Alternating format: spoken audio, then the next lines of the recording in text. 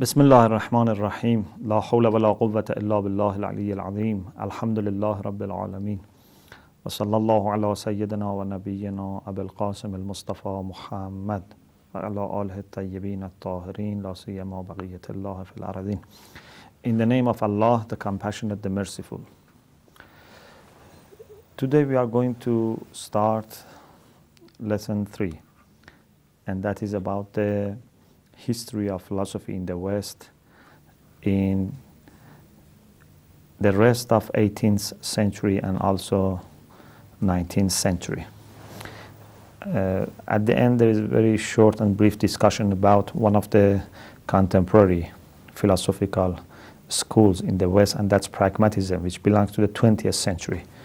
But let's see whether we can reach that point or not. As you remember, we said that Immanuel Kant, the well-known German philosopher, was very influential, and many people after him either followed him or in a way or another were influenced by his ideas. Many people. In the late 18th century and first half of 19th century, there were a group of German philosophers, people like Fichte, like Schelling, who were very much impressed by the ideas of Kant. But at the same time, they saw that there are some weak points, some shortcomings in his ideas. So they tried to compensate those weak points. They tried to supplement Kant's philosophy with some ideas of their own. They had, of course, not exactly the same view about the world and about the being. But what was common between these German philosophers was that, first of all, they were all interested in Kant's ideas in general, and secondly, that they all started from an individual and personal view about the world and decided to explain being, existence, and also to explain how multiplicity emerges from unity. This is a very important and profound question in whole history of philosophy. How to establish a relation between the one and the multiple. How to explain the emergence of multiplicity from unity. This is very important. And these people were very much using also the poetic literature, the poetic style in presenting their ideas. And for this general atmosphere which existed among these philosophers, they were called romantic philosophers. Romantic philosophers. And as I said, they were all German. One of the very famous one among this group was Fichte. And he was one of the students of Kant. So he studied with Kant, and he had direct relation with Kant. He thought that there are some points, some ideas in Kant's philosophy which are very interesting. First of all, it was very interesting that Kant believed in free will. As you remember, we said that Kant said that free will is necessary, and although we cannot prove it by theoretical reason, we must prove it through practical reason. So he was totally in favor of free will. Fichte was impressed by Kant's insistence and emphasis on free will. This was one point. The second point, he was also impressed by Kant's idea about the morality, about the practical reason and their independence and their autonomous state. This was very interesting to Fichte. He was following the same line, and because he was so impressed in free will, he went to extremes. He said that the theoretical reason looks at everything in a fixed and determined way, looks at the nature as it is determined, it's necessary. But he said we must establish a worldview in which freedom, in which possibility of different stories for the same event must be accommodated.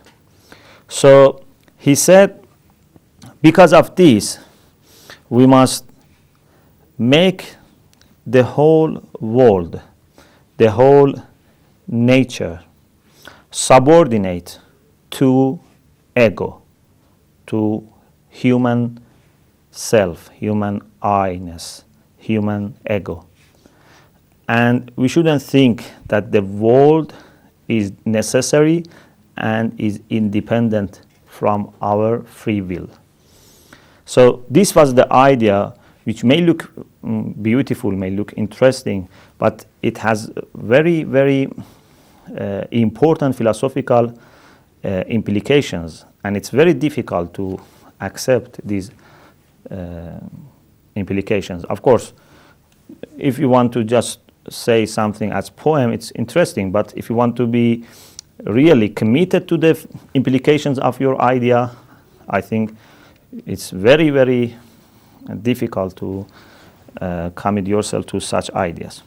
Anyway, this interest in free will caused romantics to believe in the fundamentality of spirit, because one of the characteristics of a spirit, human spirit, is free will. So they believed in the fundamentality of spirit, which in a sense is acceptable to other people as well, but not in the sense that those people had in their mind. Of course, we also believe in fundamentality of the spirit, in a sense that we say that our existence is composed of our body and our spirit, and we believe that our spirit is the most important aspect of our being, and our personality, our character is built up by our spirit. So in a sense, we believe that spirit is fundamental. But when these people say fundamentality of a spirit, it means in not relation to human existence, human beings. It means that spirit is fundamental and underlying even in relation to the nature. And when we come to the Hegelian philosophy, we will see how this was more developed and how it was made more clear. Anyway, these people had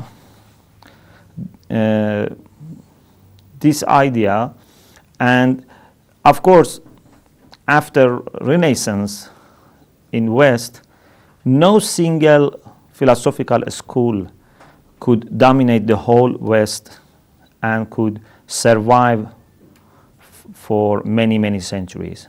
Most of them were dominating some parts of Europe, not all parts, or some people in some parts, and some people in the same land maybe were interested in other ways of thinking philosophically. Or, for example, for 1 century, 2 centuries, some philosophical ideas very, very much welcomed. Then later, it went into decline. Of course, in philosophy, very rarely you find some school which totally disappear. There may be at least few people, handful people, number of people who still believe some philosophical ideas which no one is in favor of that today. But still, you can find them. But this is a very common point in Western philosophy after Renaissance, that no philosophical thought could be prevailing and dominating whole Europe and whole West, including the United States late. So these people, the Romantic philosophers, who were very much interested in the Kantian ideas, and also they went into some extremes about human free will and fundamentality of a spirit, they themselves could not survive very much, but their ideas caused Hegel, inspired Hegel to present a very important and influential school of philosophy in the West. Again, Hegelian philosophy itself did not survive, but it was important, and it had some advocates, some proponents in different parts of Europe, and it also inspired Karl Marx and Engels to develop Marxism. So when I said Hegelian philosophy was important, I do not mean that it was important to the extent that it could convince everyone. No, but it was influential. So we mean by importance that something which was taken seriously and had some influences upon the intellectual atmosphere. So Hegel, who was impressed by the idea of Kant and then Romantic philosophers, thought that spirit is so fundamental, so important, and so independent that whole world is nothing other than the absolute spirit and its ideas. This is a very important statement. The whole world is nothing other than an absolute spirit and its ideas and thoughts. So you have one spirit, which believers in God may call it God, and everything in the world other than that spirit is one idea that exists in that spirit, or in the mind of that spirit, if you believe that that spirit has a mind. So these trees, flowers, human beings, animals, mountains, all are ideas existing in the mind of that absolute spirit.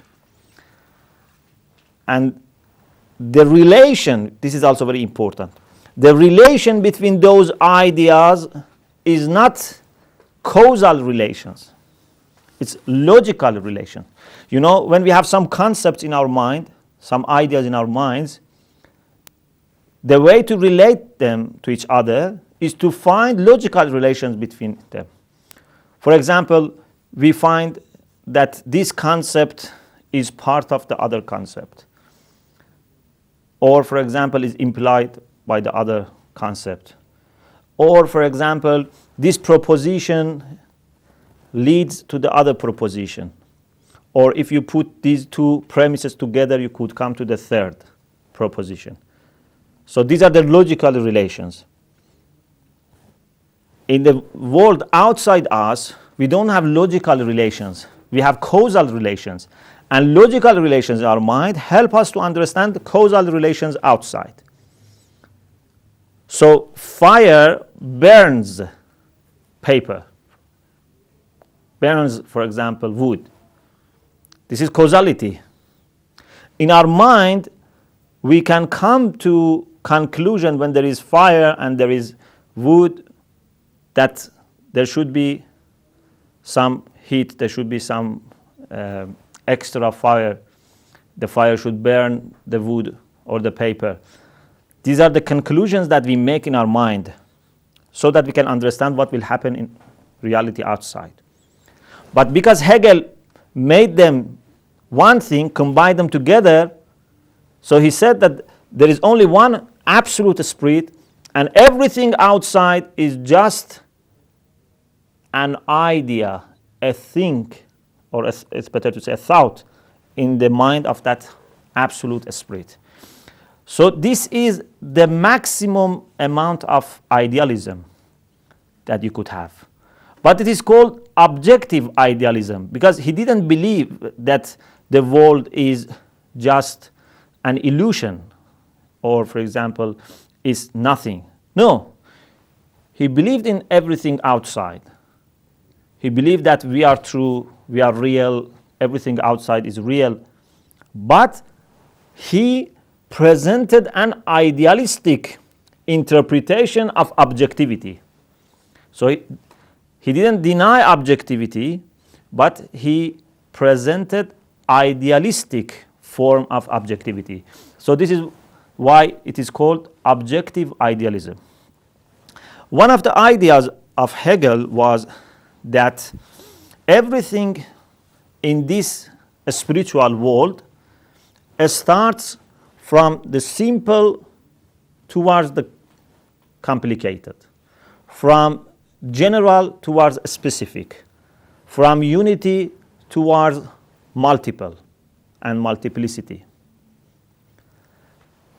The very underlying, the very basic and fundamental concept, according to Hegel, is existence or being. Just opposite to this concept, we have the concept of nothingness. So you have being and you have nothingness.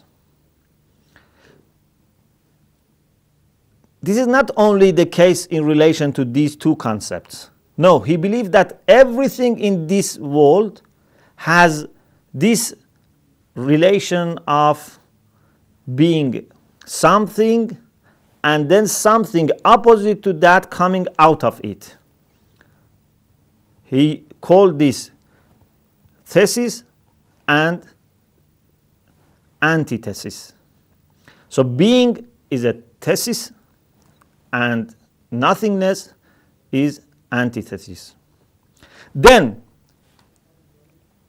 when these two interact, you will have a third thing, and that is synthesis. For example, here you have being as thesis, you have nothingness as antithesis, and then you have becoming as synthesis. So you have a triangle: thesis, antithesis, synthesis.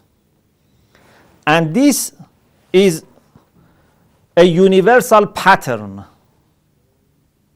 Everything in the world, according to Hegel, must follow the same pattern. And this is why Hegel's philosophy is also known as a form of dialectic, which is based on these thesis and antithesis and synthesis. It is a triadic process. Triadic is from the root tri, which means three, like triangle. So triadic process of Hegel consists in having something as thesis and then its opposite emerging from it as antithesis, and then synthesis, which is the combination and result of interaction of those two. The other thing which is important to mention about Hegel's philosophy was that he believed that history is all fixed according to the principles of dialectic and goes towards the known destiny. And this was some idea which, as we will say, caused lack of interest in Hegel's idea. After Hegel, in early 19th century, we want to discuss about positivism. So we said that there was Kant, then there was Romantic philosophers, then there was Hegel, and I want to now talk after Hegel about positivism. I'm not saying that this was historically after Hegel. I'm saying that our discussion is now after Hegel about positivism. There was a French philosopher and mathematician who lived in the period between 1798 up to 1857. And he is the one who sometimes is referred as father of modern sociology, and that is Auguste Comte. Of course, a spelling is with M, but it's pronounced N. Auguste Comte was a philosopher who were very much interested in empiricism, and he believed that human history has witnessed 3 stages. Please be very careful about this matter. He says that there was a period, there was a stage in which people were very interested in theology and finding supernatural causes for everything. For example, when there was a rain, there was a flood, there was a storm, they were looking for some supernatural factors. For example, they may thought that it is because God is happy or angry, or if they believed in gods, they may have say, for example, this god or goddess was angry, so that he or she sent, for example, flood or a storm, and so on and so forth. So he says this was a period, a stage in which human beings were interested in finding supernatural causes. He called this the divine stage or the religious stage. The second stage, which was after the first, was the philosophical stage, in which people started to realize that instead of looking for supernatural causes, they can look for some metaphysical causes, some philosophical causes. So they started to say that everything, for example, has a substance, and this substance has these qualities and these effects. And by considering the relationship between different substances, they were analyzing and explaining the events that happen in the world. But the third stage, Auguste Comte says, is the scientific stage, in which no longer people look for supernatural causes or philosophical causes. They look for scientific explanation. In scientific explanation, we are not that much interested, he said, we are not that much interested in explaining why. We are very much interested in explaining how. So we want to describe, to analyze, to investigate the process of happening, how something happens, how rain comes, not why rain comes. This is the characteristic of the scientific stage. And he believed that this is the final stage, and this is the stage of positive science. So he believed that the time for religion, the time for philosophy is over.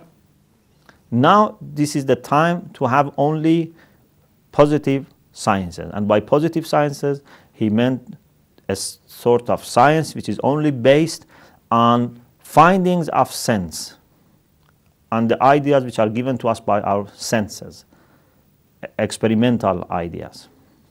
So if you want to have a proper, for example, sociology, a proper economics, a proper psychology, you must only base it upon experimental knowledge, sensual data. This was the idea of Auguste Comte, and it's interesting that although he was against religion, but he said that positivism itself can be considered as a religion which serves human being. So the object of worship of this new religion was human being. It was a form of, or original form of humanism. And he also, in some of his talks, introduced himself as the messenger of this humanism, and he found some people who were interested in his ideas in France, in England, in North and South America, and they even established some temples to worship human being. So you see that how he himself again went into the religious stage.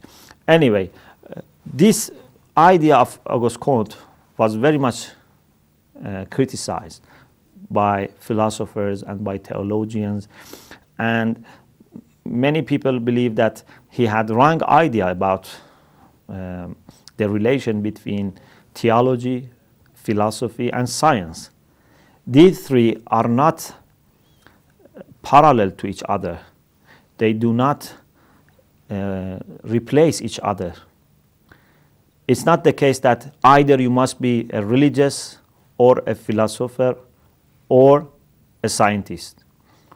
You may have all these three attitudes towards the same phenomenon. If a rain comes, you can have scientific explanation of the rain and at the same time believe in causal explanation and at the same time believe that it's God who sends rains. It's not because we didn't know why rain comes, so we believed in God, and now that we know how rain comes and how rain is formed, so we don't need to believe in God. This is totally wrong. Of course, we don't have that much time to discuss. We are just talking about the history of philosophy in the West, but inshallah in future I hope this will be clearly understood.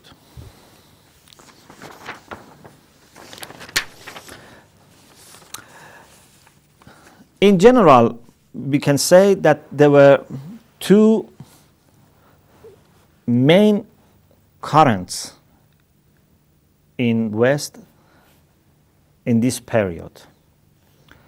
The first major current was rationalist current, rationalist attitude towards philosophy. And the second, empiricist and empirical philosophy. So a famous example of the rationalist attitude towards philosophy was Hegel. In the 19th century, you can refer to Hegel as a famous rationalist person. And a famous example for empirical philosophy or for someone to be interested in empiricism was Auguste Comte, who can be considered as the founder of positivism, and also later it was followed by other people even in the 20th century, like for example Bertrand Russell and Carnap and others. Many people who were religious and they wanted to philosophize, they were interested in rationalist attitude towards philosophy.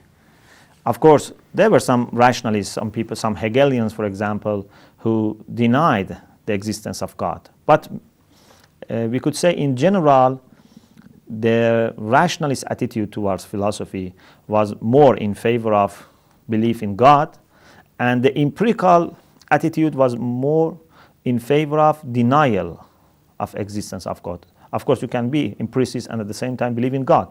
But the natural tendency among the empiricists was to deny or at least have doubt about the supernatural. Because when you say that our knowledge is only limited to what is given to us by our senses, so because your sense cannot make any judgment about supernatural, so at most you can be in doubt. If you don't want to deny, at most you can just be in doubt. The only way to believe in the supernatural is to believe that there are some other ways open to us to discover the truth. So when we cannot understand something by our sense, our visual sense or hearing or other ways of sensing, there may be other ways open to us. But if someone says that I only accept what is given to me through my five senses, so there is no way to accept the supernatural, like, for example, God, like angels and others. So these people, many empiricists were not religious. Of course, there were exceptions, but many of them had this tendency. There have been two reactions in relation to objective idealism of Hegel. One reaction was made by a Danish cleric, a Danish priest, Søren Kierkegaard. Of course, in Danish language, it's called Kierkegaard, but in English they call it Kierkegaard. So this Danish cleric had, for the first time, initiatives for the establishment of existentialism, which is one of the important contemporary philosophies. He had the idea that Hegelian philosophy, which was first formed because of interest in free will and the freedom of spirit, deviated from its own original way because it late denied freedom and said that everything is only one or another idea in the mind of the spirit, and the whole process of the history is fixed up, so there is no way that much left to exercise your free will. So Kierkegaard wanted to emphasize on human free will, on personal responsibility, especially personal responsibility in front of God, the Almighty, and therefore he wanted to split from the idea of Hegel and objective idealism, and he founded and formed, of course with also some influences by phenomenology, which was founded by some people like Husserl. He founded and formed the very famous philosophical school of our contemporary age, and that was, as I said, existentialism. It's important to know that Kierkegaard himself was a priest, a believer in God, and he says that it is closeness, nearness, and relation to God which makes a man human. So without having relation with God, a man is not a real man. It's closeness, nearness, and relation to God which makes a man human. But some people who later embraced existentialism, they were not believers in God, because there were two groups of existentialists. Theist existentialists and atheist existentialists. Like, for example, Heidegger. Heidegger also was an existentialist. Or Sartre was an existentialist. There were also other existentialists, but not all of them were believing in God or disbelieving in God. This is why writers of philosophy, they frequently say that we have two currents among existentialists, theistic current and atheistic current. The second reaction to Hegelian philosophy to objective idealism was initiated by Karl Marx. Karl Marx was a Jewish-born German, and he was interested basically in the ideas of Hegel, but he was not totally satisfied with the ideas of Hegel. So he took something from Hegel, and he also took something from Feuerbach, and then mixed them together, and with some of his own ideas, he presented Marxism with the help of Engels. So the ideas that Marx took from Hegel was mostly the logic of explaining events, logic of dialectic. Of course, he made it upside down. Unfortunately, there is not that much time to go into details. And he also took the fundamentality of history from Hegel, but he took materialism from Feuerbach, because Hegel himself believed in God. So Marx took materialism and denial of God and the idea that everything is only material from Feuerbach. So he put them together and presented Marxism. In Marxism, everything is based on opposition, on tazad. And according to Marx, the most important and the most basic factor in human life and the society is economics. And you can explain everything. You can explain philosophy, art, sciences, everything that happen in the society according to the economical relations that exist among people and according to the means of production. And he said that human society must go through different stages, starting with the first and original communism and ending with the final communism. So according to him, the West had to witness capitalism and then socialism and then communism, in which there will be no private possessions, no ownership, and no need for having a state or government. But the history of West disproved the idea of Marx, and unlike what he predicted, many countries without experiencing capitalism went directly to socialism, and also the places that he predicted to be the most appropriate places for socialism never experienced socialism, although they were very capitalistic. And also the whole collapse of the communist bloc in the world has caused lack of interest nowadays in Marxism. But still there are some people who believe in Marxism.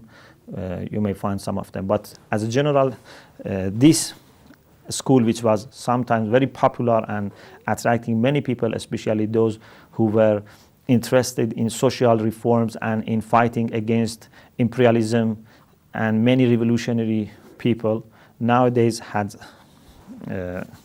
its very weak position. At the end, we would like to mention just one school of philosophy which belongs to the 20th century, and that is pragmatism. This is the only philosophical thought which was originally formed in the United States, and the idea of pragmatism was first put forward by a person called Charles Peirce. But as a philosophy, you must mention William James as its founder. The idea of pragmatism is that nothing is true except that it works, except that it has practical use.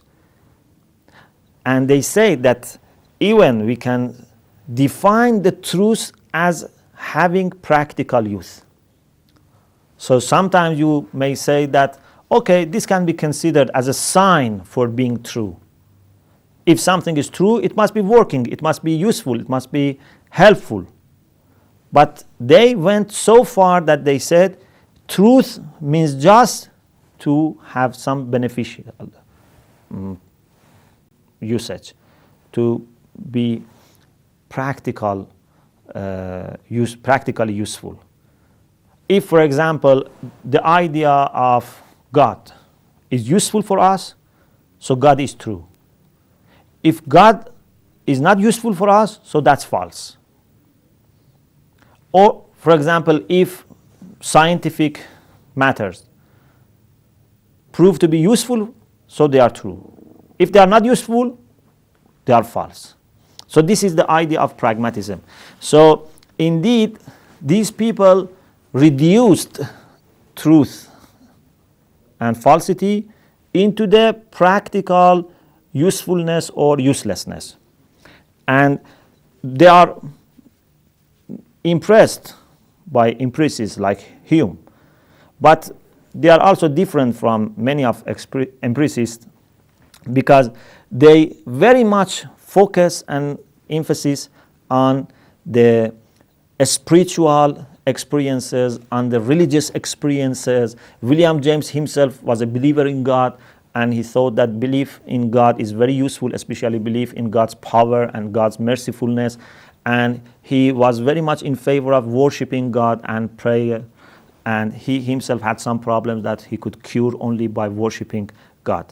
So, in general, we can say that after Renaissance, there was no unique, there was no single, there was no predominant school of philosophy in the West. There were different forms of philosophies, and there were ups and downs. Sometimes some philosophy was in its climax, sometimes was in decline. And this is totally different from the history of philosophy in Islamic world. In Islamic world, there were changes, there were new ideas, there were different attitudes, but all in the same line. And you could always find the same line going forward, not going up and then totally down, saying something and then after 1 century saying something totally against that. So this is something that the author mentions here as a significant difference between history of Islamic philosophy and history of Western philosophy.